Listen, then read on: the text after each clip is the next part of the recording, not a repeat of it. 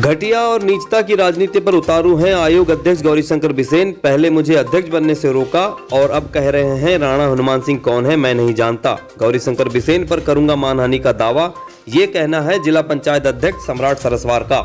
बालाघाट विधायक एवं पूर्व कृषि मंत्री व पिछड़ा वर्ग कल्याण आयोग अध्यक्ष गौरीशंकर बिसेन की बदजुबानी को लेकर अब उन पर भी लगातार जुबानी हमले तथा आरोप प्रत्यारोप लगने शुरू हो गए हैं।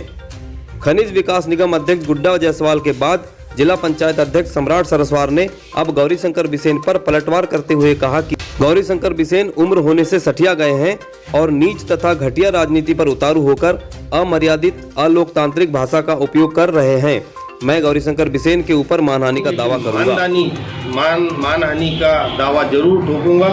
जो हमारे दानवीर आदरणीय राणा हनुमान सिंह जी के बारे में जो जिस तरीके से उटपटांग हरकतें और उटपटांग बातें, पागलपन वाली बातें जिला पंचायत अध्यक्ष ने प्रेस वार्ता कर बताया कि विधायक गौरीशंकर बिसेन स्वयं जिला पंचायत सीईओ को धमकाते हैं और इल्जाम मेरे ऊपर लगाते हैं।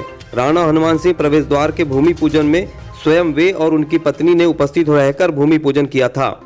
प्रशासनिक अनुमति के बाद ही राणा हनुमान सिंह प्रवेश द्वार बनाया जा रहा था। अब गौरीशंकर बिसेन कहते हैं मैं उसे बनने नहीं दूंगा और दानवीर राणा हनुमान सिंह के बारे में अमर्यादित बातें कह रहे हैं। सम्राट सरस्वार ने कहा कि गौरीशंकर बिसेन की बेटी को टिकट मिलती है या नहीं, यह सोचकर भी गौरी भाऊ पगला गए हैं।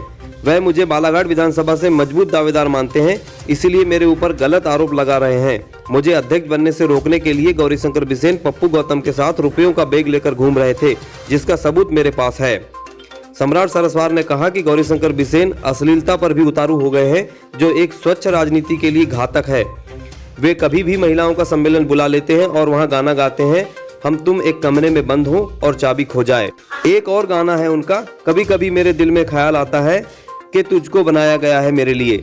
सम्राट सरस्वार ने कहा कि वे अपने जिला पंचायत सदस्यों के साथ हमेशा खड़े हैं और जिला पंचायत चला के दिखाएंगे। गौरीशंकर बिसेन की उल जलूल हरकतों ने राजनीतिक व्यक्तियों को हंसी का पात्र बनाकर रख दिया है। मैं सम्राट सरस्वार गौरीशंकर बिसेन पर मानहानि का दावा करूंगा।